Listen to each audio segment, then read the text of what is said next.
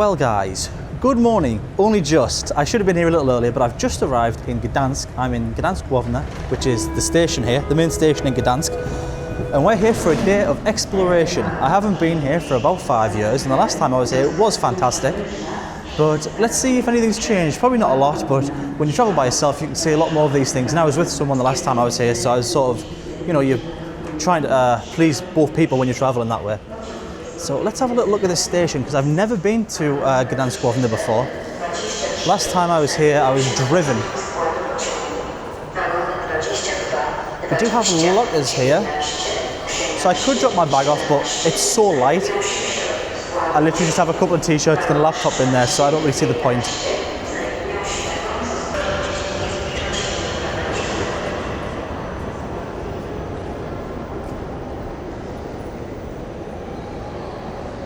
So it's not actually a very big station. I actually forget that Gdańsk isn't as big as it is in my mind. I often think of it as the third biggest city in Poland, but it's not. I think it's like the sixth. About 500,000 people call this home, 460,000, something like that. So this is the old station. There is other train stations in the city, but this is the main one. And I really like the big stained glass windows. It's almost like a church.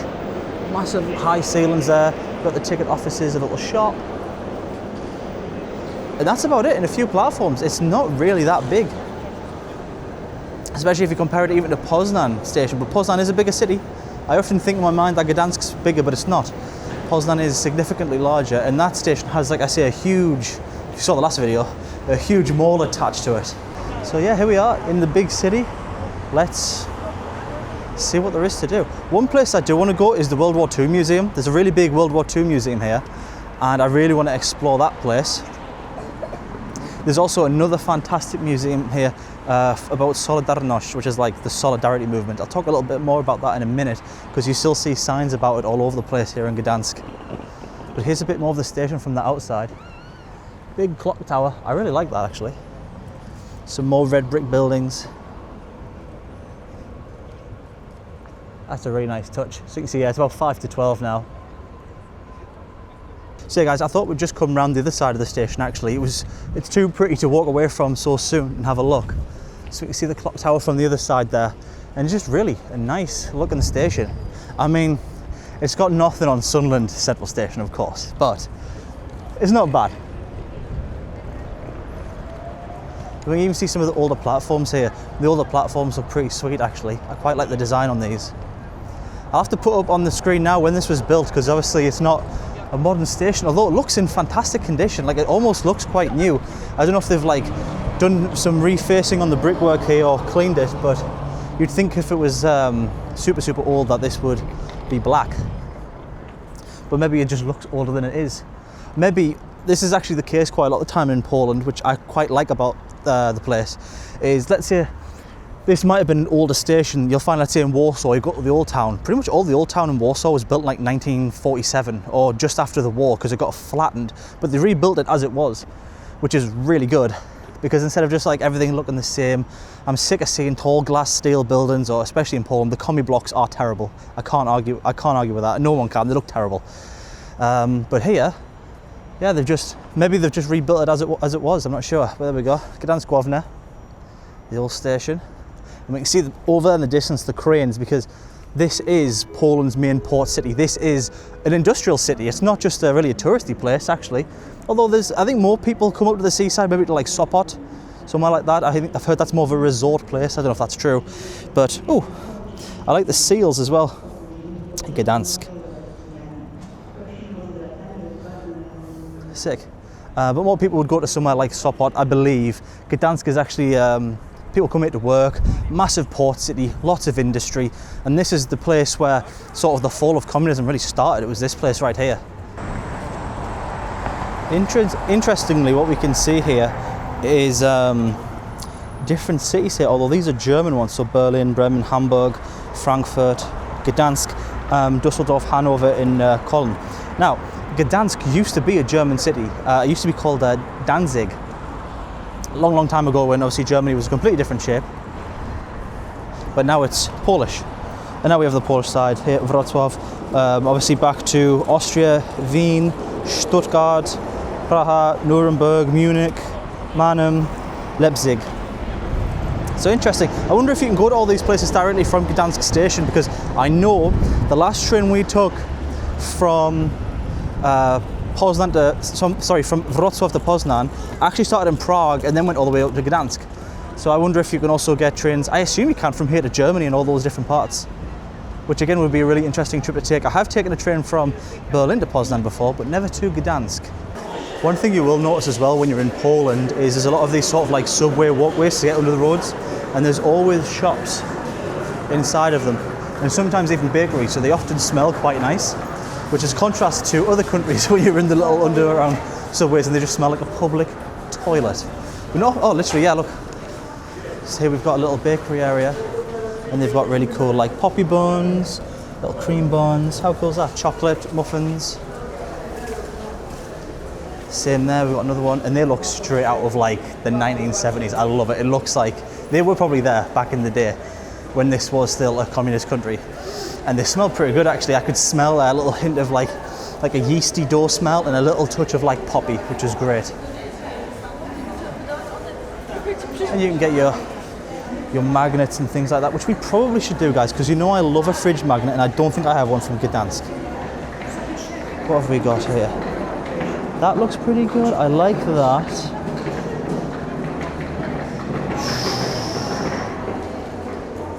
Gdansk with the church and the, is that like Poseidon, I guess, or like a merman? Not gonna lie, I kind of like the ones that look tacky. I don't like the one that looks too good. That's pretty funny, but I kind of like that. Make sure it has something off Gdansk. That's pretty good.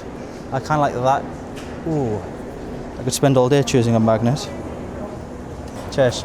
I can't choose, there's too many good choices. I'm thinking, I might just go for... Prices on magnets. Yeah, I was thinking this one, 20. I give you back for this, huh? No, it's fine, I'll just put it in my backpack. Dziękuję bardzo. So there we go, guys. We've got a Gdansk magnet. That'll do us. At least you don't have to ask where it's from, because sometimes I get a magnet and if it doesn't actually say the name on it, you might not know where it's from. But this has a little bit of everything. So we've got like, I guess it looks like Poseidon. We've got the famous crane, which we'll go and see. We've got the church. Got a bit of everything. And it looks a little tacky, and I like it to look a little tacky. I don't want it to look fantastic and professional. It's got to look a little bad. That's the best part about it. It's got to look a little bad, and it's got to be overpriced, because that's when you know you've got yourself a nice bit of tat, and that's what I like. So 20, I mean 20's not bad. And it feels fairly solid actually. So yeah, 20 zloty, it's like £4. Ain't gonna break the bank, but it probably cost them like 20 pence from China. But yes, wonderful. You can definitely tell that you're near the sea because I'm smelling fried fish, and there's literally a fried fish guy right here. Like fish and chips, I guess, but not as good as England. Sorry guys, you know, I like Poland, I love it, but it can't beat our fish and chips. But here it looks like more of a fry, like fritki as they call them, and like sprats fried, which I'm sure will be, oh yeah, it literally says that, yeah. Sprotek, like sprats, basically. They are quite tasty though. I don't think I've really eaten much sprats in Poland, but I did eat some when I was in Ukraine many years ago. Unfortunately, didn't vlog back then. And you can't really go back the same way. I don't even know if that place I had the sprats exists, so it might be flattened, unfortunately. But it is very nice, but I do prefer a cod chips, I'm not gonna lie. With mushy peas and curry sauce. So far what I'm noticing here is in Gdansk they love a red brick. Love a red brick. And everything seems to be made with these bricks here. And there's a slightly different taste to the architecture. But I'm guessing that's because a lot of this was built when it was part of Germany. So you're looking at a sort of German influence here. It's a nice mix. So you've got a mix between that sort of German and Slavic architecture. Love the door. Cultural centre.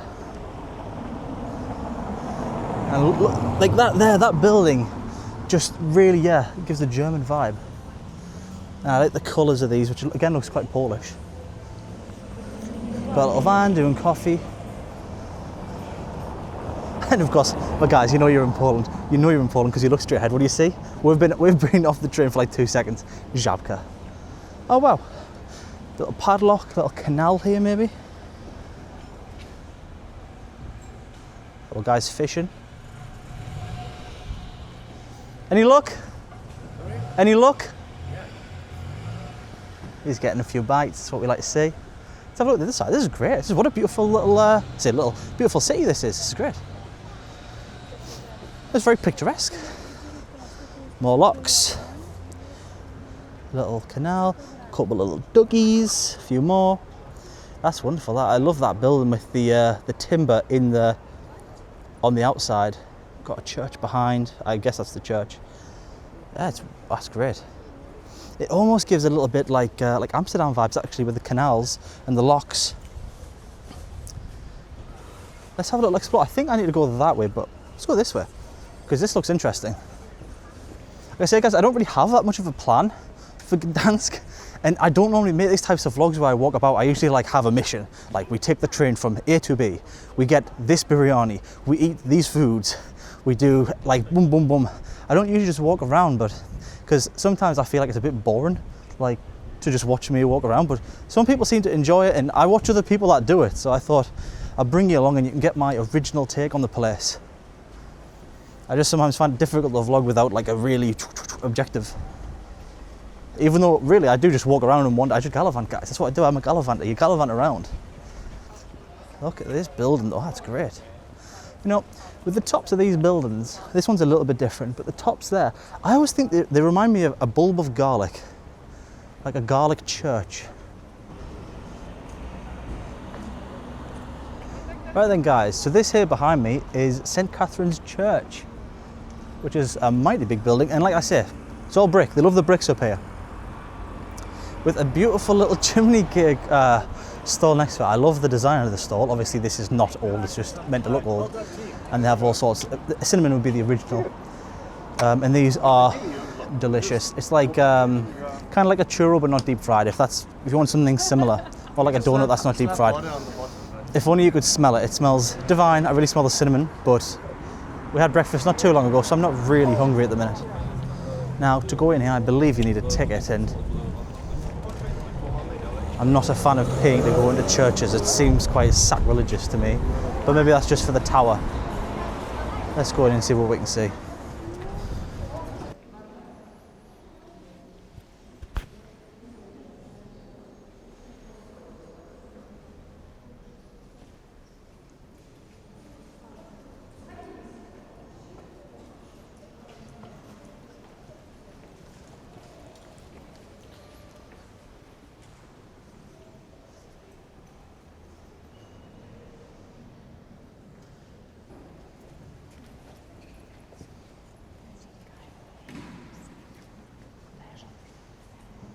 Looks like they're doing some renovations over there. Try to be quiet, be respectful. It's quite an impressive church, actually. Oh, again, got a nice depiction there of Jesus Christ on the cross with his wound from Pontius Pilate. You can light a candle there too, Slotty. Nice altar.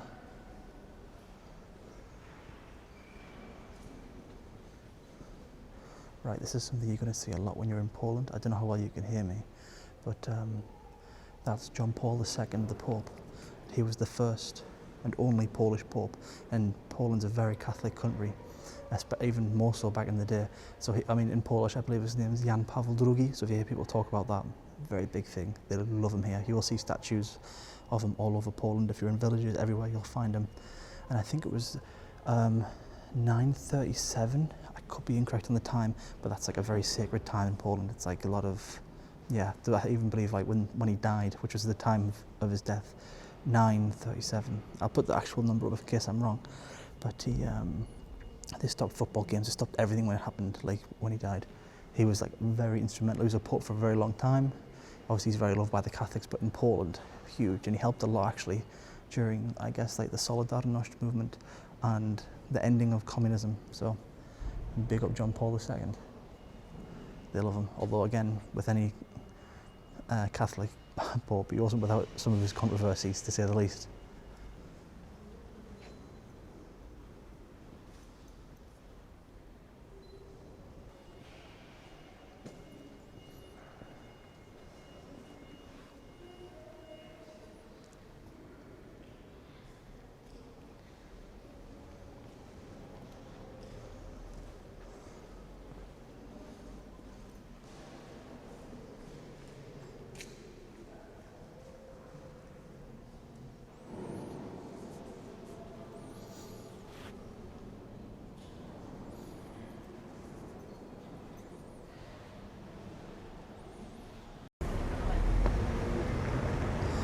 what we have here is called Jacek Tower. It's an octagonal building. It's about 36 meters tall, and it was basically a defensive structure for back in the day, built in the 1400s. Yeah, pretty interesting. There's all sorts of interesting, cool stuff like that around Gdansk, because it's changed hands a few times. Quite a few things have been fought over it.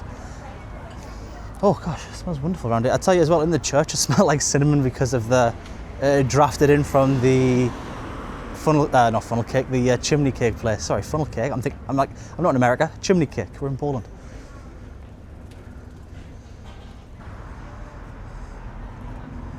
Wow, look at the selection of tomatoes. They look great. They smell wonderful. I can smell the tomatoes and I can smell those strawberries. You do get really good fruit and vegetables in Poland, no doubt about that. Oh, and there's even more strawberries. I guess they're in season. The best though is when you're driving down like a country road, or just walking down a country road in the middle of nowhere, and there's always some poor lass, a family you'll have put her there, sat on a deck chair with a big like a little stand and a pile full of strawberries, and she's selling them, and they're always super cheap and really delicious. But that poor girl just sits in the sun all day. Sometimes she'll have a little parasol, but she's like, yeah, I guess nobody wants that job. Although maybe it's better than picking the strawberries, right? It's not going to be back-breaking, but I imagine it gets very boring just sat there all day, especially if not many people pass.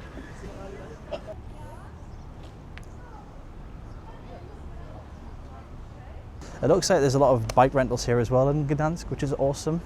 Something that doesn't exist in Poznan, but if you're a tourist, it's such a good way to get around a city. And these look like they're electric as well, so they're like power assist maybe. Yeah. Powered by Segway. I'd rather just walk today, but I think if you're staying a few days in the city and you want to just get out of the centre and see some bits that are a little further afield, they would be great, especially because obviously I don't know Gdansk very well, but most cities in Poland have great cycle lanes, so you don't have to really be on the road all that much, which is really good. It looks like we've got a little bit of a fair going on over here. Oh, I think I have been here before. Wow. Deja vu, memories coming back. Wow. Like I say guys, it's been about 5 years since I was here, and I did have a really good time when I was here actually. I really enjoyed the city. Hilton. Yeah, so I remember when I was here, I couldn't find a hotel when I was here. It was like impossible. It was all booked up. It was a very busy time, I guess. And we had to just drive back to Poznan. But this time again, I'm not staying in Gdansk because I thought what I'll do is I'll to get another good video for you guys and to just not have to stay somewhere another day. Usually one day is enough for me in a lot of places, unless I'm in Poznan where I'm chilling with the homies. I've got a sleeper train. So from Gdansk tonight, I'll be getting on a train back to Gdansk, getting on a train all the way down to Krakow. It's about 9.5 hours, but it's a sleeper train. So we'll get our sleep there and we won't have to spend any money on a hotel. Right, so we are in the touristy section and it's so hot, I think I'm going to take my jumper off. But this is where we are. Got some old towers here from back in the day. Tall ships. We're right on the river. Some of these buildings, and down there is the famous crane. So we'll just pop down there. Whilst we're here, we'll have a look at that and get that out of the way, because at some point I do want to get to this World War II museum, but there's so many interesting things along the way, I keep getting detoured, so we'll go down there and have a look. But first, let me get this fantastic Gallivant merch off, because it's just too hot, guys. So the hoodie's off, obviously. We're still representing. Got the logo out, guys. And let's get ourselves up to some of this like old town area. It's really, really pretty. And again, this is where you're going to see a lot of German influence, but to me as well, it really reminds me a lot of like Amsterdam, or maybe of like Copenhagen. I've never been to Copenhagen, but from the images that I've seen, there's the colourful buildings and it's the large windows, which is something I think quite noticeable when you're in, let's say, the Dam, is those really like high, wide windows. And they have them along here, so we'll get down and we'll have a look. We can see an old ship here. I say old, it's probably a mock-up, but still, old style ship.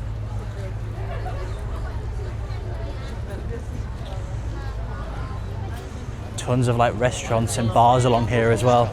Get your fish. Lots of good seafood on the menu, because when you're up at the Baltic, seafood's great. When you're inside Poland, like in the mainland, I guess you could say, in the interior would be a better way to say it. When you're in the interior, the fish is very not good in my opinion, unless it's been brought from the sea, because I personally don't like freshwater fish, and a lot of Poles eat that, especially for Christmas. They eat like carp, things like that, or like river trout and stuff. I'm not a big, trout's probably one of the better ones, but I love my fish, but specifically sea fish. But maybe that's because I am from the sea myself. I'm from a coastal town. And you'll see as well amber, very, very popular here. You'll see a lot of these like yellow bracelets and stuff like that. And what these are is, it's just amber, which is, I believe, like fossilized tree resin. And for whatever reason, there's tons of amber up here. So you'll see it on bracelets, on necklaces, on everything, on rings, on all sorts of things. Well, this one looks a little less touristy and a little more functional, this ship here. Could be wrong. I really like the PZ, like with the Poseidon trident there. It looks like Poseidon anyway, with the trident. Big old ship. And again, like touristy place for sure.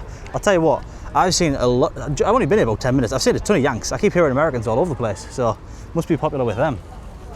But this is a real working city. It's one of the massive industrial hubs of Poland.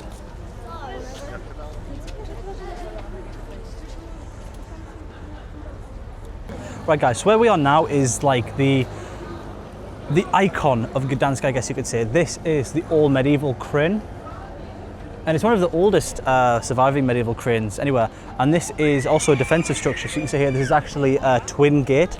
So this is sort of an entrance to the city. Because although this is obviously a modern industrial port town, this was even a medieval port town. It was a very important town basically forever. So you can see here the old crane structure. What I'll do is I'll go over on that bridge in a minute. I'll show you from a bit further afield.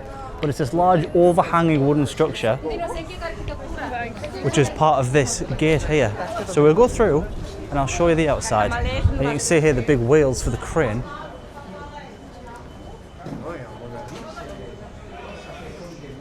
Which leads you onto this lovely street with great bars actually. I do remember having a couple of drinks along here once upon a time, and down there as well. But that was quite a long time ago. But look at that street, how lovely is that? That's sort of like beautiful medieval Polish street, well, German street, I guess. With that building at the bottom there, I think it looks fantastic. Which you can see here what I'm talking about these windows. See that, the facades of the building, really, to me, it looks so Dutch or Danish. Or I guess Northern German. That is such a cool building there as well, with that brick, with the width. That's sweet. The Galleria and stuff as well. Tell me guys, what do you think? Like, what does it remind you of? Because it's definitely, it doesn't make you think Poland, that's for sure. Right, so let's just go back through the gate here. The oldest one in Gdansk as well, I believe. And there's a little plaque here, so we can have a look. The Gdansk crane. Yeah, so it dates back to 1367. Brick structure, like you'll see all over Gdansk. And it was rebuilt again in 1444. That's, I believe, there was a big fire here, so they rebuilt it in 1444. Two big towers. So yeah, there was a lot of it got destroyed during the war. It was rebuilt later during 1962 from the looks of it. But yeah, you gotta think, being able to lift 2 tons, 30 meters back in the day, that is, back in medieval times, that's an impressive piece of engineering, no doubt. And here, this is like the tourist street, right? This is just where it's all at.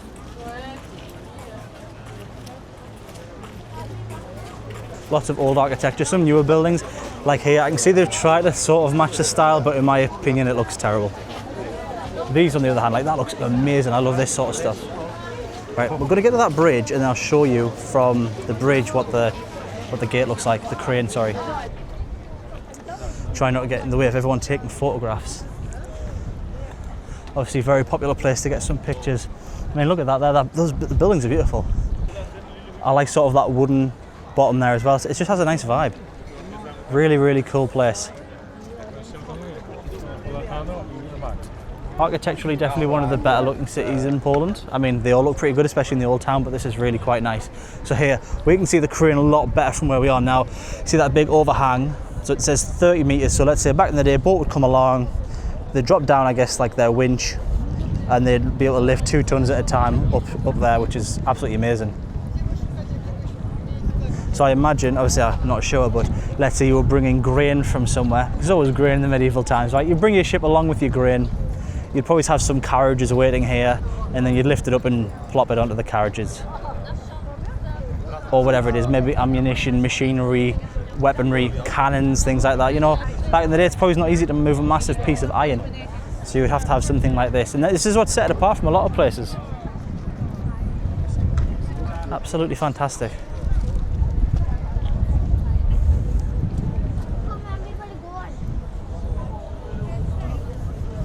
Super touristy place. It's actually a nice breeze here, which is lovely because it is quite warm today still.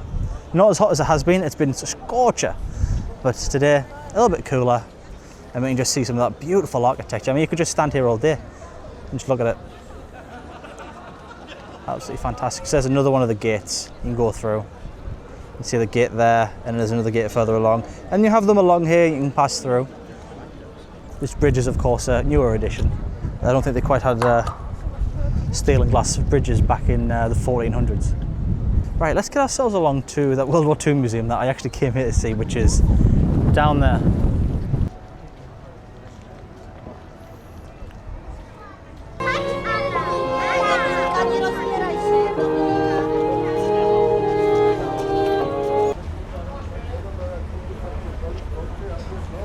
I'm looking forward to going to this World War II museum, and I'll tell you for why. Because of course I've been to loads of World War II museums in my time. I love a museum and I find World War II extremely interesting. Or the Second World War, whatever you want to call it. I know some people don't like it being called World War II, but guess what? It was a World War and it was the second one, so it's World War II. But you get to see it from the Polish perspective, which is something you miss. Like there's an Enigma museum in Poznan, fantastic. And you get to hear and learn about the Enigma code being broken and the cryptographers, all from the Polish side, which is something obviously from Britain. You know, from our side, it just sounds like we did all the work, but there's actually a lot of work done by the Poles that you never hear about. So it's really good to see it from their perspective. So I'm hoping if we go here, we're going to learn a lot about the war, especially in Gdansk and Poland in general. We can hear about it from their perspective, which is really interesting. It's also one of the reasons why I would like to go to like Russia and places like that and see their museums, because they'll have a different take on it from their perspective, because obviously most of the bloodshed was Soviet in the Second World War. Of course, if you ask the Americans, they wouldn't have by themselves. The Yanks think they did it all by themselves, which is just not true. So maybe, oh gosh, is that cute to get in? Maybe we won't go to this today then. Oh my goodness.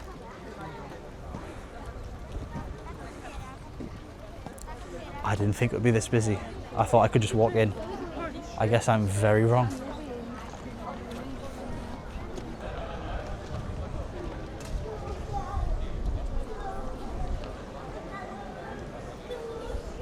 Oh my goodness, what a fill. What a fill. I'm assuming this is the queue to get in. Oh my goodness, it's absolutely rammed. I mean, it is open until 8 o'clock, so I might try and come back. But by jingo, I didn't think museums were this popular. It's not even a holiday, it's a Wednesday. It's just a normal Wednesday. Wow, Wednesday 1 o'clock, museums are that popular, that is crazy. Maybe you have to book a ticket as well. I'm gonna have to check online now. Let me go over, I'll sit down over here. There's a bit of a seating area. I'll have a look online. That is crazy. Like I said, it's up to 8 o'clock, so maybe we can come back later. But that, whoa. The only problem is, these types of things, if I go to a museum, I like to really read everything and go through everything, which can take like 4 or 5 hours, like I say. Again, in Warsaw, there's a really good museum, the Warsaw Uprising Museum. If you're in Warsaw, definitely check that one out. Fantastic, but it did take me like 5 hours to get through it all. It wasn't a chore, it was just super interesting, and there was just so much on show. So I'll have a look online and we'll see what's what, but I'm very confused. Right then, I'm not really sure why it's so busy today of all days, but it does say on Google that it's as busy as it gets. And people typically spend 3.5 hours here. So I guess we'll come back maybe at about 5 or 6 o'clock when it dies down a little bit. I'm sure we can find something to do in the meantime. But that wasn't my main plan for the day, so that's been scuppered.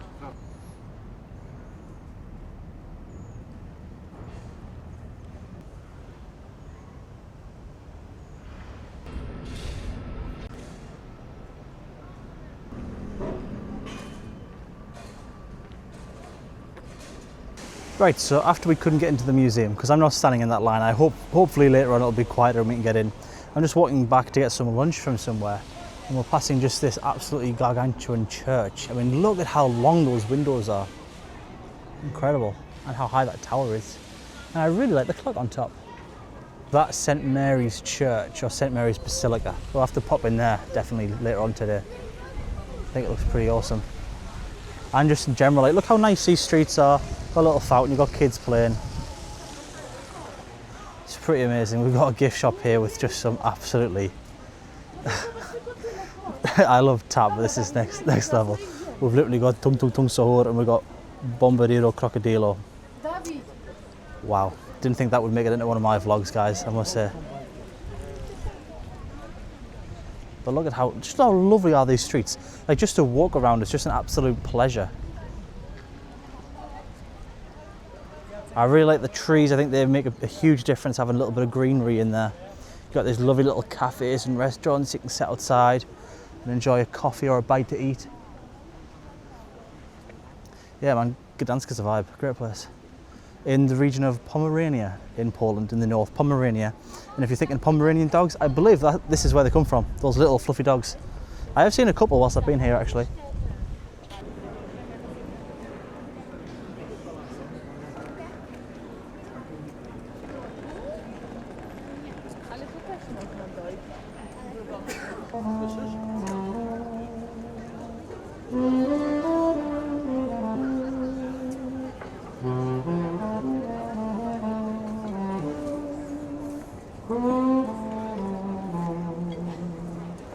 Right, guys, so I'm in the mood for some Polish food, and hopefully this place will have us sorted out and I won't have to wait so long to be seated. Restauracja Dominikańska. Definitely not biased with the name, guys. That's fine. Wherever I'll disturb people less. I was going to do a little video if that's okay. I was going to do a little vlog with the food if that's okay. Okay, no problem. Cheers, buddy. Thank you. Recording vlog, you can sit here and put the camera here. Yeah, That will be all right. perfect. Thank you. Perfect. So we'll put it here and then we'll not disturb all the people. That's nice, because some restaurants don't like you videoing in there, which I understand because you're making a ruckus, but that'll be fine for us. Yeah, dziękuję. Thank you. You're welcome. We're a little higher up, guys, which is a little different. Oh, but I tell you what, guys, these chairs are comfortable. That's great. Right. So, Restauracja Dominikańska. And we've got, I'm sure, some great selection here. But I could really do with some dumplings, actually. You know, I've been in Poland for a little bit of time now, and I haven't really had any dumplings this time. You can't come to Poland without having dumplings. Granny specials, right? I think this is where we want to be, granny specials. Potato pancakes with sour cream and sugar. Potato pancakes served with button mushroom sour cream sauce. I imagine that will also be very good. Here we are, meat dumplings served with fried pancetta lardons and salad. Then we've got ukraiński dumplings stuffed with mashed potato and curd cheese. Now typically I believe they're called ruski, which is kind of funny because ruski would mean, you'd think Russian, but it's not actually a Russian dumpling. It kind of means a part of Poland that is now Ukraine. It's a funny story. Pierogis with stuffed cabbage and mushrooms. That's one of my least favourite ones, to be honest. I'm not really a fan of those. The ukraiński dumplings are great. The mięsem ones are very good. And then we've got ones with spinach and cottage cheese. They'll be really good. But I think maybe we'll go for a mix. So we'll get the ones with just a bit of everything. Now there is a possibility I'll get the mushroom and cabbage ones, which I'm not a big fan of. But do we go for the meat ones? Oh, questions.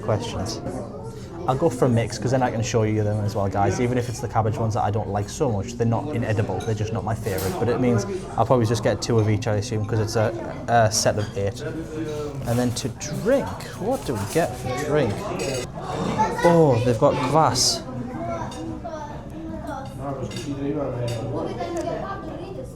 Right, we're getting kvass. Kvass is like a very, Eastern European drink, and I know a lot of Poles in the comments will say Poland isn't Eastern Europe, but culturally it's more East than it is Central. But it's basically a drink made from fermented bread, essentially. So kwas chlebowe rycerski, so basically kwas bread, I guess, is that like rye? So it's like fermented rye, but it's like a very dark drink. It's kind of like it's non-alcoholic, although if you make it traditionally, it is like a very low alcohol drink. It's kind of like a cola, I guess, almost. It's not really a cola. It's like a fermented drink, but a little bit like cola almost. So I think we'll get one of them. Yes, I'm ready. Okay. Right, guys, our food has just arrived, and I must say it looks delicious.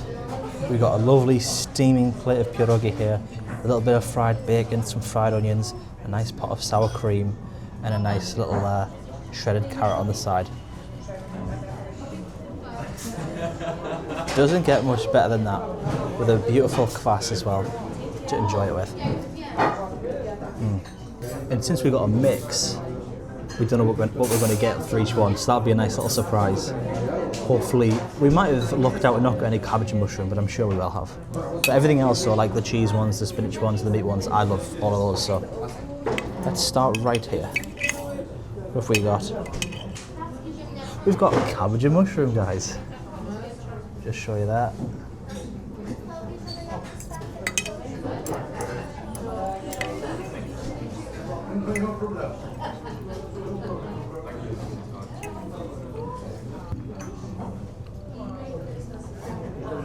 I'll get a little closer for you guys.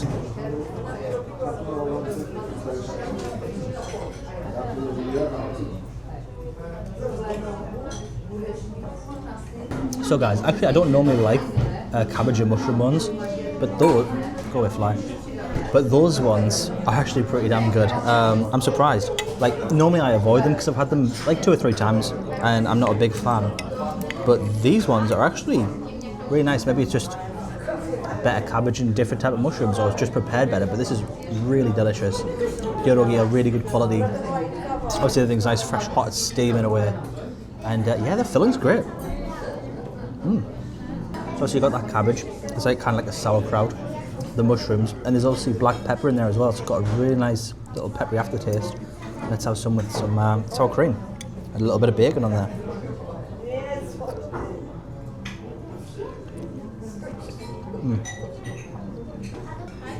Sour cream's really good. What have we got here? We've got a meat one, mięsa, which are my favourite. Okay, they're good, really good. Again, a little peppery to them. Nice meat, really soft. Bit of sour cream on that, bring it together. Absolutely phenomenal. But yes, these ones are very, very good. Let's get a little, try some of this carrot salad. Just like carrot with some sort of dressing on it. It's a little sweet actually, it's quite nice. Right, we'll finish this one off. So good. That's the thing, for me, if the bad dumpling's good, then the rest are just going to be fantastic. So let's see what this one is. This is ruski, or in this case I think it's ukrainski. See the filling there, it's like a potato and cheese filling.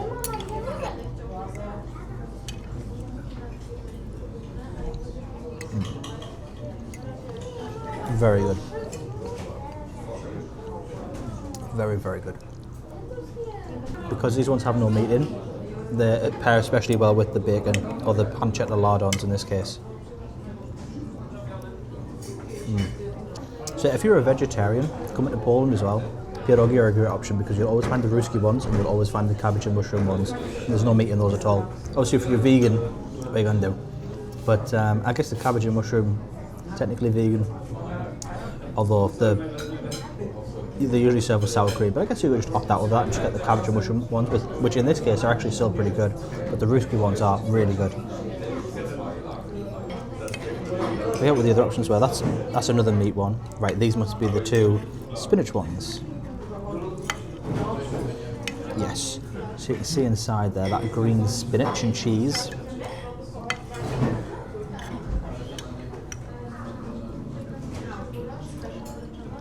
Fantastic. I think cheese pairs really well with spinach. I mean, it's a combination made in heaven, right? The Greeks do it, the Indians do it.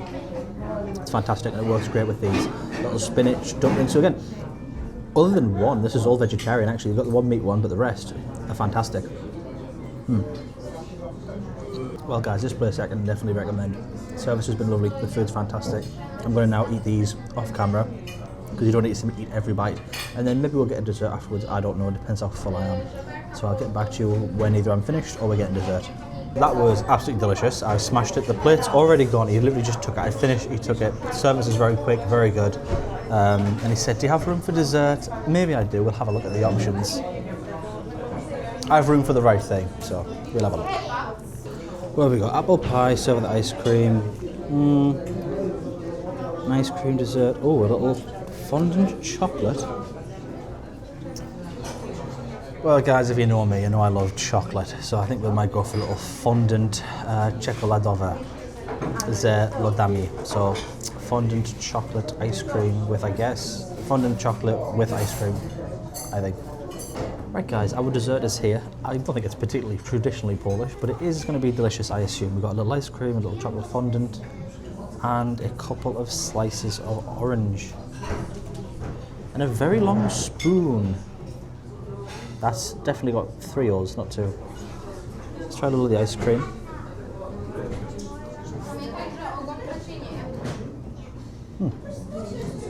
Nice, the cream.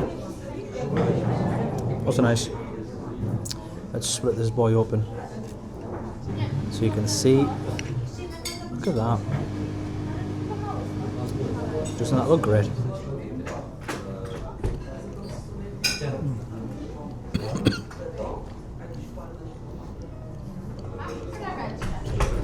Very good, but there's powdered sugar on top and I just inhaled it. But very good, can recommend. I mean, there's not much else to show here, but it's good. Well, guys, that was delicious. Got our bill here. It was 79 zloty and 70 grosze, which comes to a grand total of £16.17. Again, conversions will be on the screen now, which I think is pretty good for a big plate of dumplings, a dessert, and a kvass. I can't complain with that. The service was fantastic. We left our boy a nice tip because you've got to do that. He's working hard, lovely Max. But yeah, this place, I'll put a link in the description like I always do. Can definitely recommend this place. Dziękuję. Right, well, that was great. Now let's, I guess, go back to the church and we'll pop in there and see what that's like. Because I'm quite intrigued how those huge windows are going to look like from the inside. I haven't even had any alcohol on. Still rosy cheeked, I just can't help it. I'm pretty sure there's no alcohol in that kvass, so. There's another big building there as well that looks pretty interesting. I must say, Gdansk is full of just really cool looking architecture. No shortage of it at all. And there's a nice little breeze there as well, which is great. More gift shops. I love a gift shop. I keep seeing this, is he a mole? It looks like a mole. I keep seeing that guy. Is that like the mascot of the city, a mole? Not sure. I will say I've noticed a couple of things. A lot of Americans and a lot of like Swedes as well. I think it's because you can actually get a ferry from Sweden to Gdansk, so maybe that's why people do it. And there's a lot of them, but yeah, I hear a lot of like Scandinavian languages and a lot of Americans. Hey there, isn't that awesome? It's so beautiful, man. I mean, just look how beautiful this church is. It's like older than the US of A. Yeah, I love the cobblestone streets. Love the colours of the buildings. Look at the size of that. Saw a few Germans about as well, actually. There's quite a few Germans popping around, but I guess maybe it's because it used to be a German city, so it's kind of interesting for them to have a bit of, see a bit of history. Right, let's pop in here and see what the crack is. So, Indian restaurant there. Got a lovely Polish flag on top.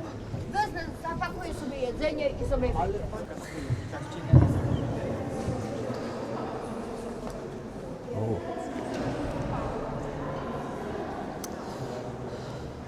Unfortunately, guys, no cameras, so we will not be able to vlog this, but it does look quite pretty on the inside there. You can see some of the stained glass, but you know, if that's the rules, we will respect it. I do not like recording where you're not allowed to record, so we'll stop here. I'm going to go in and have a look myself, but I'll not take any pictures. Although I don't know if that's just for a flash, but we'll see. Okay guys, everyone's taking pictures, so I assume it just means no flash, which makes more sense because that'll distract people. But this place is very beautiful. The windows are insane. It's definitely the brightest church I've ever been in, for sure. I mean, look at those windows. They go on forever. They're huge. All over the church, on both sides. This is the thing, usually, I don't like to step on toes with rules when it comes to religious places because people are quite precious about that. Like when I was in the Golden Temple in India, I didn't want to video because I was told not to. Whereas in a church, because I am a Catholic, it's not offensive, so I know I don't have to worry about offending like a group with the rules that I don't understand. I understand the rules of Catholicism fairly well as a Catholic, so you can record in a church, it's not that precious. I'm pretty sure Jesus Christ will not mind. Absolutely beautiful though. Look, the high ceilings are huge, the arches there.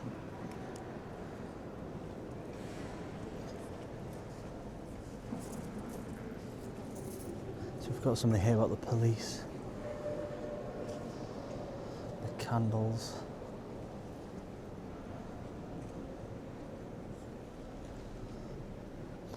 And again, some candles you can light if you want to as well.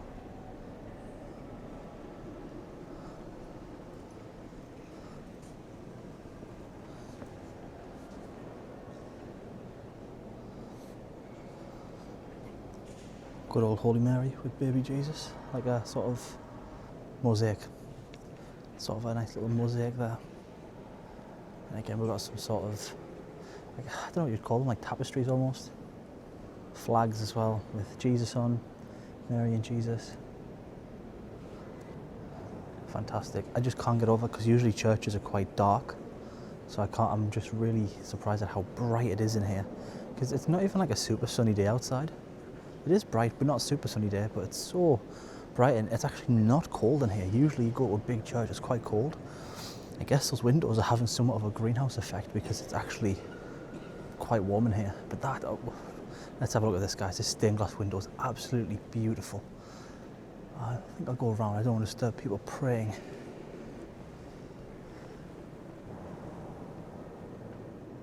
Wow, that must be one of the most beautiful stained glass windows I've ever seen.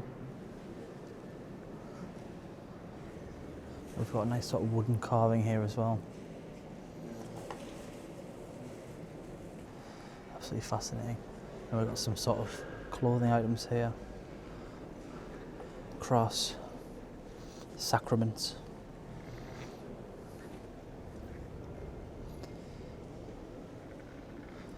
Another one there, another wood carving. The relief of this with the scene of the embalmment.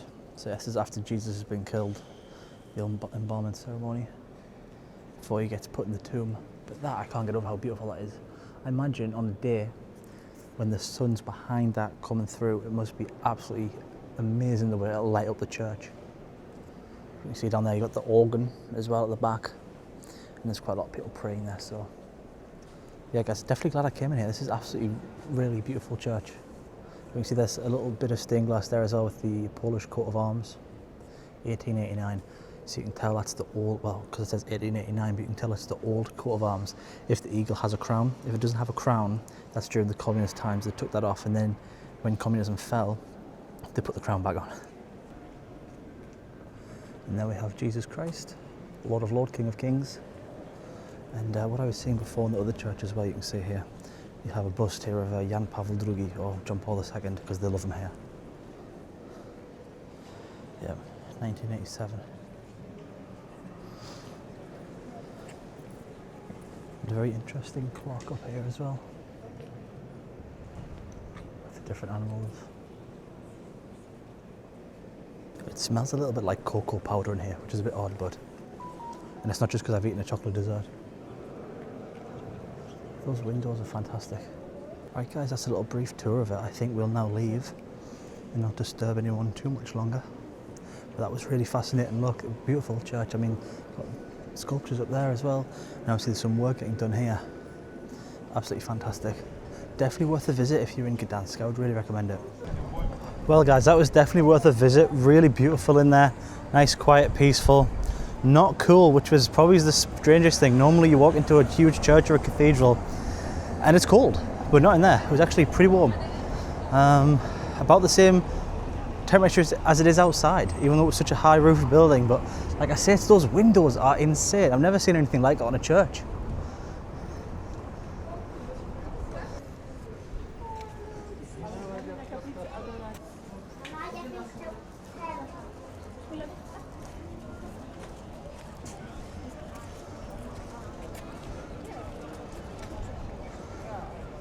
Well, we're back to the water. I guess we'll walk down these steps and have a look because we can get a little bit closer. It's warming up a little bit actually. It's quite a pleasant day. We've got a little boat coming along. So yeah, you can see on the other side of this river they've got like more of a modern architecture. I can see they've obviously tried to make it match. It's the same sort of sizes with those like pointy roofs and the large windows, but it really just, yeah, I don't know, I'm not a fan.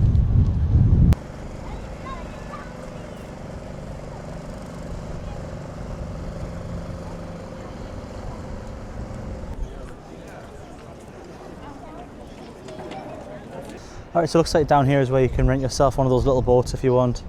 I see there's a few tours on the river and things like that.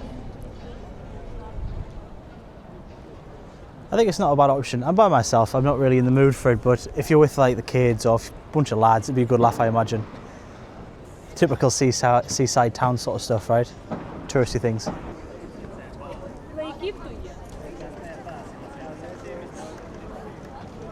Right, well this is kind of interesting actually, what I just stumbled across here. Just on the other side of that river, I walked down a street and there's like an old building. Now I don't know if this is, it looks genuinely old there in the corner. And then when they've fixed it, they've added new, but I kind of like it because you can see the contrast from old and new. So like that there is, I guess, meant to represent like the old wooden side, the front of the building, but it's obviously not wood. And you can see the old part there. No, I really like that. I think if people rebuild like that, that almost reminds me of there's a Japanese method of fixing things where you use a little bit of gold and it shows whether, let's say you break a bowl and you put it back together, it like highlights the cracks, doesn't hide them. And it's, it kind of reminds me of that, like you're not hiding the fact that it like got absolutely bombed or whatever it was, but you're like showing the restoration, so you see the old and new. Yeah, I quite like that, that's pretty cool. I'm going to just sit at this bench for a little bit. Just down here, I guess the marina with the boats. Sit down for a little bit, let my meal digest, have a bottle of water, stay hydrated. And yeah, we'll see what's next. I mean, I want to maybe head back to the museum. I really want to see that museum, so hopefully the queue will have calmed down a little bit by then. Well guys, I'm on my way to the World War II Museum, but unfortunately the bridge I want to take is no longer available. So the bridge we went earlier, it seems like it's a swinging bridge, so it's pivoted round, because I guess this boat's gone past with the tall mast, or another one's come along with the mast, I'm not sure. So, but apparently, although the museum's open till 8, the ticket office should sit at 5, which makes sense because obviously you need time to get around it. But we're getting close to 5 now, which means I have to now walk all the way back up there to get on that bridge to come back down to get across, unless this bridge swings around very quickly, which I don't think it will. So we're going to be on a bit of a time crunch to get there, so I guess we'll get moving. The only thing is, I can imagine by the time we get that bridge, this is going to swing back round, and it might have been quicker to wait, but I'm not sure. So we'll make a move for it now anyway, before anything happens, and hopefully we can get to this museum and it doesn't have a big queue still. But I'm not hopeful. Guys, what did I say? I've literally just walked all the way around there, and what's happening? The bridge is swinging around. Just my luck. I think actually the walking's been slightly quicker. I would stay watch the whole thing, but we only have a few minutes ready to get to the museum and buy a ticket.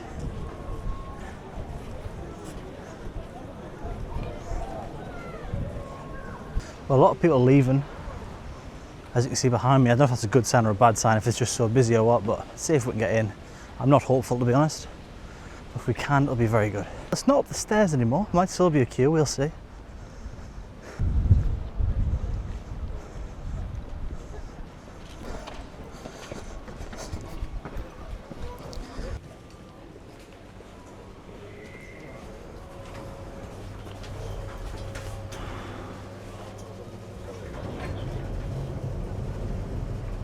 Hello, could I get a ticket, please? One ticket? Yes. 32. Thank you. Is it always so busy here? Yes.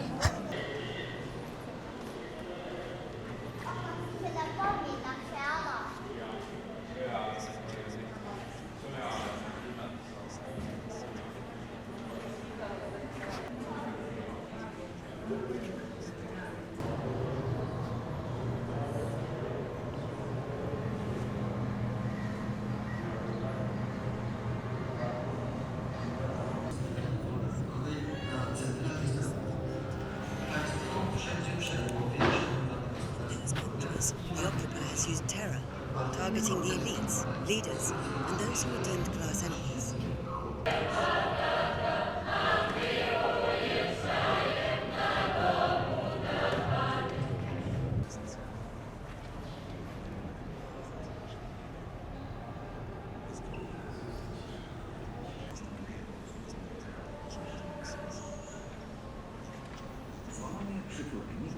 Stanowiło bezsprzecznie największy wkład Polaków w zwycięstwo nad Niemcami i uratowało życie dziesiątków tysięcy alianckich żołnierzy.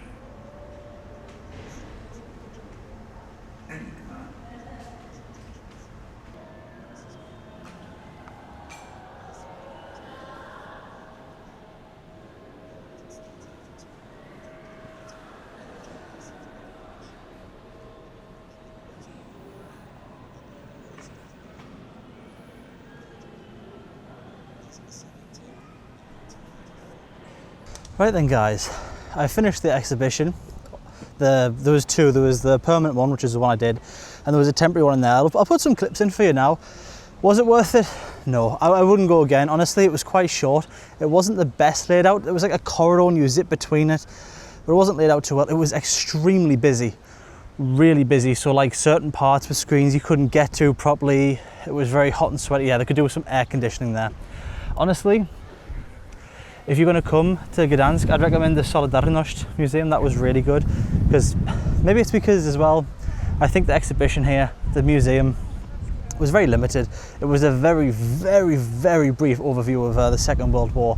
It didn't really go into depth on anything, whereas the Solidarność was something I didn't know anything about, so I guess anything is in depth for me. But yeah, it was like the briefest overview. If you know anything about World War II, you'll know everything that's in there.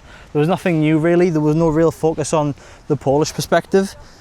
It cost me 32 zloty for the ticket and then 12 zloty for an audio guide.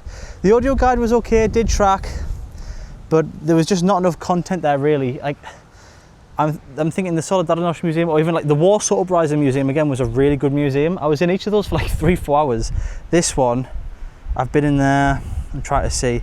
It's 6 o'clock now, and when did I buy my ticket? So I was only in there an hour and 15 minutes, and I got through everything. I mean, I didn't like sit and read through everything like I normally do, because I just already know quite a lot of what was already there.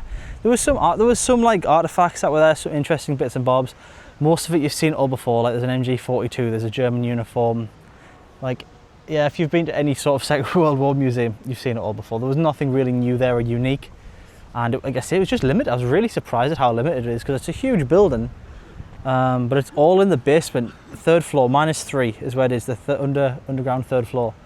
And then the 2nd floor is a conference, and then there's like another exhibition room. But I thought it would be, I had higher hopes, to be fair, because the other two museums I've been to in Poland, and even the Enigma Museum in Poznan, which is a small museum, but it was full of good stuff. This, not so much, a bit of a disappointment. I wouldn't say it's the only reason I came to Gdansk, but it was one of the main ones.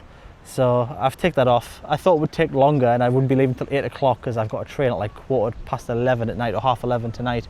So we've got a bit more time to kill. So I guess we'll explore a bit more of the city. But yeah, that was it was a disappointment, to be honest. I went in there like not on a negative vibe, I went in there with a really positive vibe, but really it was a bit of a letdown, to be honest. So if you're in Gdansk, I'd just miss that out if I were you.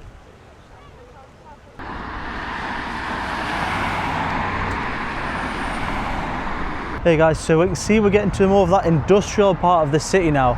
If you look out in the distance, and even just here, you can see super large cranes for ships, because we're near basically the shipyards here. And we've got some older buildings here. We can see some sort of derelict areas there, and some new builds come along as well. Like the city's growing all the time. You'll see that a lot in Poland, you know, has it like progresses, it's on the up and up. There's new apartments being built, there's new everything being built. And we're actually coming up to near the Solidarność Museum, and there's some statues there that we'll have a look at. We're not going to go into the museum, it's too late now. And like I say, I've done it before, but I would highly, highly recommend it. Much better than the Second World War Museum, I must say.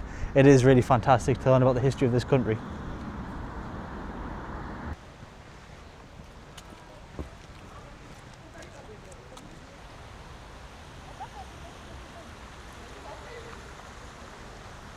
So here we are outside the Solidarność Museum. It's a big old rusty looking building. It's absolutely huge inside. And I tell you what, it has a fantastic exhibition inside. It is really well made. Again, you have that audio guide that follows you around. It was the first place I'd seen that. And it's really, what about this guy? Le Wałęsa. Super interesting guy. We'll go over to the monument now, and I'll tell you a little bit more about him and about Solidarność in general. But this is sort of where it all began, at the dock gates, basically. Yeah. The historic Gdansk shipyard was the birthplace of Solidarity, a social movement and trade union that united citizens in peaceful fight for freedom and human rights. This place is crucial to the origins of the democratic transformations in Europe. It features on the European Union's list of European heritage sites because of the significant role it has played in the history and culture of Europe. And that's so true. It didn't just affect Poland, this place. This place had a knock-on effect across all of the Eastern Bloc. As soon as this place fell from communism, it just was like, it just snowballed. And Poland was the first country in all of the Eastern Bloc, including of course the Soviet Union, to become a democratic country. We've got some of like old style shop here and stuff. Really cool place. Stocznia Gdańska. And again, someone that was very instrumental in this as well, and one of the reasons why he's loved so much actually, is Jan Paweł II, John Paul II, who's here, because he offered support to Solidarność, and that's the logo there. It's always in this sort of red, kind of like a graffiti art, because you'd see it, it's on some buildings here, and we've got the Vatican flag, we've got some flowers, we've got what looks like Mary and Jesus, and again, here's the Solidarność flag here, which just means solidarity in Polish. But super instrumental. And we'll go over to the monument here. So we've got sort of a model here of it. And here is the monument. So, what is Solidarność? How did it get started? It got started in 1980. It was essentially a trade union. They wanted a free trade union here in Gdansk because, of course, under communist times, there was none of that. Everything was done by the state, for the state, total control. And they went on strike here. And it went on for quite a while, to the point where the government brought in martial law, but eventually it was allowed to be a trade union. Millions of people joined.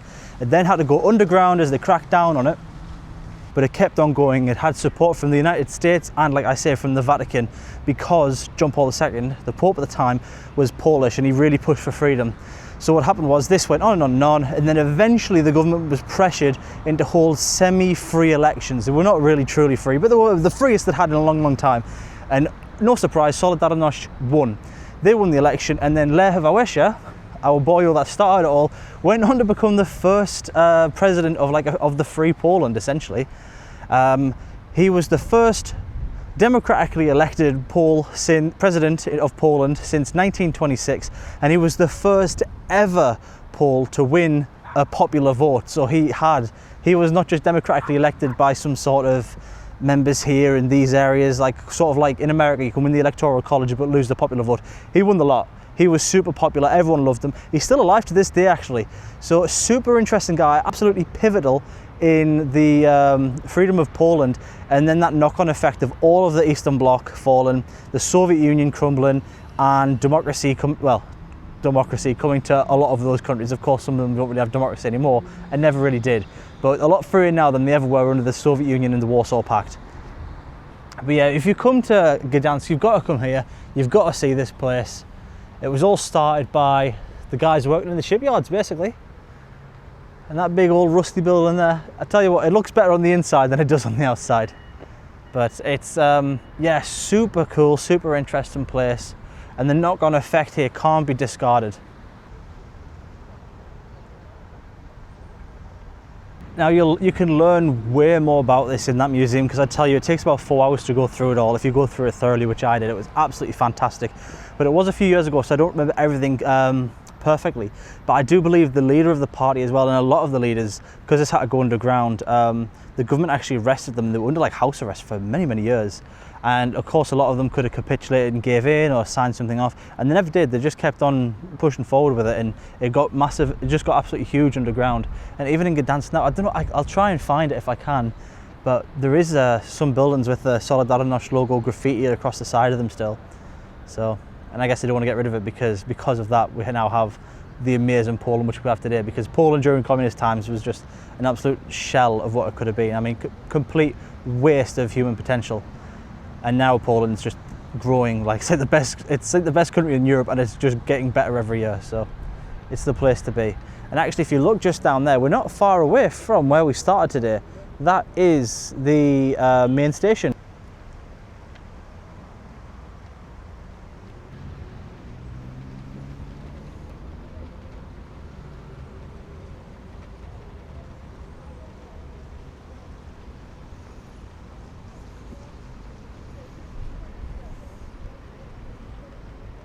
Well guys, as the evening draws on now, it's getting on a little bit. We haven't got too long to wait for our train out of this place. Not that I want to leave, it's a fantastic city, I've really enjoyed myself. But it's time for some dinner, or as we say in my neck of the woods, time for tea. So it's time for me to get my tea, and I thought we might as well get some fish. Since we're on the coast at the Baltic, got to get ourselves some fish to finish the day. So I found myself a little place down here. We're going to pop in, get ourselves some fish. Oh guys, Maluk. Old Polish car. He wasn't going to stop, was he? Wow, they're great. You don't see too many of them these days. The old Maluk, which kind of means like toddler. I think it's a Fiat 124P, if I'm correct. I'll put a note up if I'm wrong, but yeah, those were like the equivalent of the Pole, like in the Soviet Union, everyone had it, well, not everyone, but the only car you saw on the road was a Lada. The equivalent for Poland was the Maluk, which is those little cars. Kind of like the Polish equivalent of the British Mini, if you will. Very small car, has like a 700cc engine, doesn't even have a litre engine. Rear mounted engine, and there's a saying that the crumple zone ends at the engine. And because it's rear mounted engine, basically the whole thing's crumple zone. If you crash in it, you just die. Terrible. But people used to have like whole families in these things, and they'd go for whole trips across the country, which is hilarious. Right guys, so we're in the restaurant here, about to order some food. And I see the one thing we're gonna have to go for here. Baltic fish and chips. So some Baltic cod, which is nice local fish, in a cornmeal paprika batter, served with homemade fries, coleslaw, pickles, and oyster aioli sauce. Well, that sounds delicious. And I will say the one thing you'll always know if you're in Poland, anything that's coming with pickles, you know the pickles are going to slap, because this place knows how to do pickles. The other day I was at like a US barbecue joint, had like a barbecue beef rib, which was very, very good, but which was unbelievable, melted in your mouth. But the pickles on the side were so good. Like, Poland knows how to do pickles. Right, so let's get the Baltic fish and chips, because I know what's good fish and chips. As an Englishman, I love my fish and chips. But Baltic cod, nice and local, sounds delicious, bit of coleslaw, bit of pickles, homemade fries, can't go wrong with that. Well guys, our fish and chips has arrived, and it looks delicious. It smells wonderful too.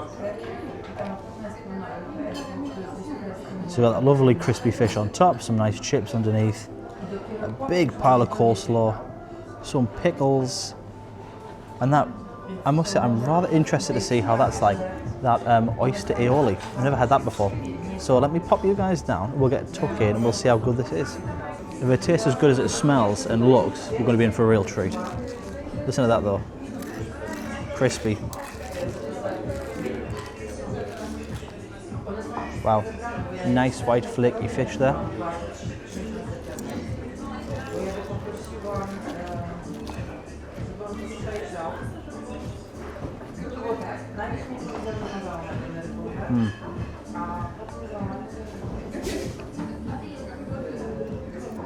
Batter's nice and flaky, nice and crispy.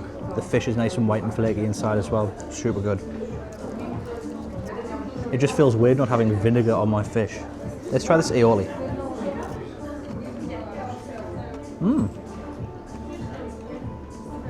Unique for sure. And so is getting a lime instead of a lemon. But I won't complain. I like both. Let's try some of this slaw. This looks really good. And it is. And then something Poland definitely knows how to do, which is pickles. Glorious. Fantastic. I'm going to thoroughly enjoy this with my lemonade. So, I'm going to turn the video off now, guys. I'll enjoy this and I'll catch you up later. Well guys, it's over. I've been defeated. There's a few chips. There's a few chips and a little bit of coleslaw I could not finish. But otherwise, I think we made a good effort. It was very delicious. Was it as good as English fish and chips? No, but it was still very, very good. If you want to see the best fish and chips, I have a video on my channel, Beamish Fish and Chips. It is the best fish and chips you will get in all of the United Kingdom, in my not so humble opinion. So you can check that out. I put a little card in the corner now. But otherwise, that was very good, and the lemonade is delicious. Well, gambas, I can definitely recommend. That was a delicious experience. And I'm well and truly stuffed now. That was quite a big portion, and the lemonade also helped fill me up, but I was very thirsty and now I feel fantastic. And as you can see, the sun has gone down in Gdansk. And it's almost time for me to get my train out of here. So I think I'll start slowly heading over to Gdansk, And then we'll hop on our sleeper train, which will be our sort of hotel for the night. And we'll see what that's all about.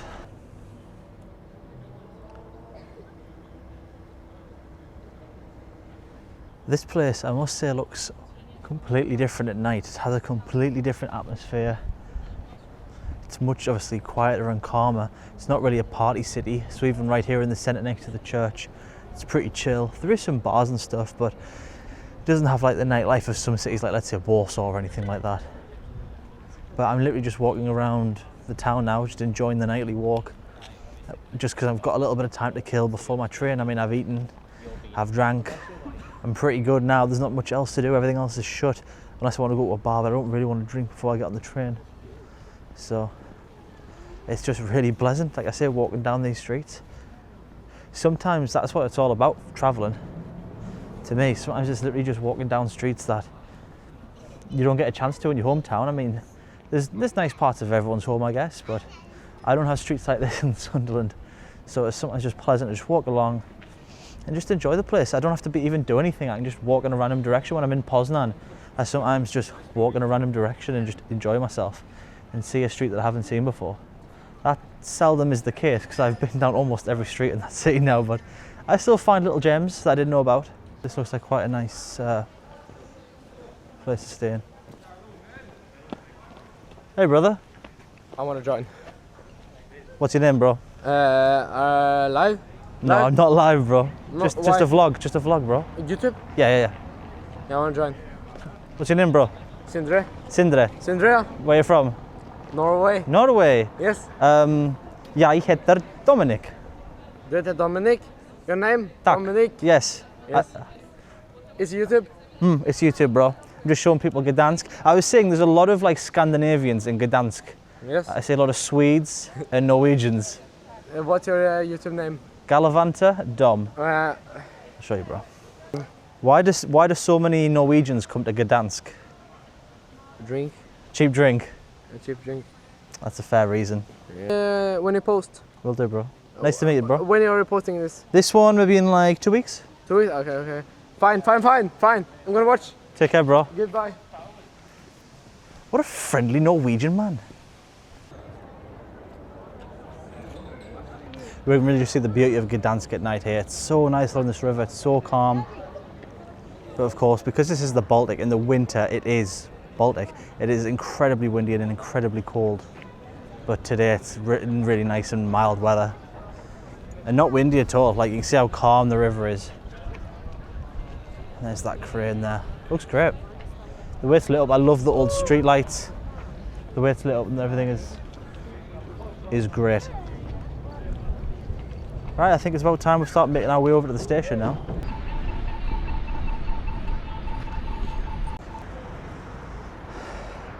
Well guys, it's 11 o'clock, the day is over, we're back at the main station here, Gdansk Główny. And it's time for me to take another train, guys. So instead of getting a hotel here tonight, I'm going to be taking a sleeper train from here all the way down to Krakow. So that's going to be about 9.5 hours. It leaves in about 25 minutes. So that's where this adventure ends and the next adventure begins. So if you want to stick around to see what a sleeper train's like in Poland, stick around till next week because that's when it'll be coming out. Obviously channel members will get it straight away because as soon as I edit them, they're out and channel members can watch them earlier. Thanks for watching, guys. I hope you've enjoyed the sort of tour of Gdansk today. I've thoroughly enjoyed myself, actually. The day has flown by. I thought it might drag a little bit, but it really hasn't. It's gone really quick. So it's time for me to get in there, get my train, and I'll catch you on the next one. Bye.